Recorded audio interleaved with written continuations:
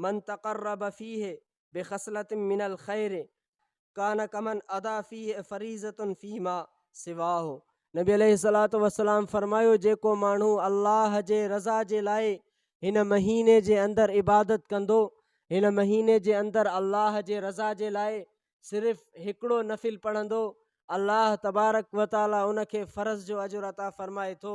रमज़ान खां अलावा ॿियनि महीननि में जेकॾहिं को माण्हू फ़र्ज़ पढ़े थो, रमज़ान जे महीने में सिर्फ़ु हिकिड़ो नफ़िल थो पढ़े, अल्लाह रब्बुल इज़्ज़त उनखे फ़र्ज़ जेतिरो जेको आहे सवाब अता फ़रमाए थो।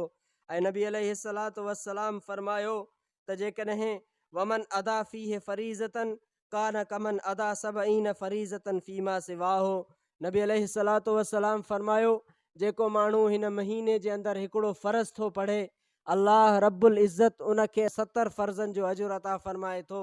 रमज़ान खां अलावा माण्हू ॿिए महीने जे अंदरि 70 फ़र्ज़ अदा करे ॿिए महीने जे अंदरि, लेकिन रमज़ान जे महीने में अल्लाह रब्बुल इज़्ज़त उहो तासीर रखियो आहे जो नबी अलैहिस्सलातु वस्सलाम फरमायो, जेको माण्हू रमज़ान जे महीने जे अंदरि हिकिड़ो फ़र्ज़ पढ़ंदो, अल्लाह रब्बुल इज़्ज़त उनखे 70 फ़र्ज़नि जो अजुर अता फ़रमाए थो।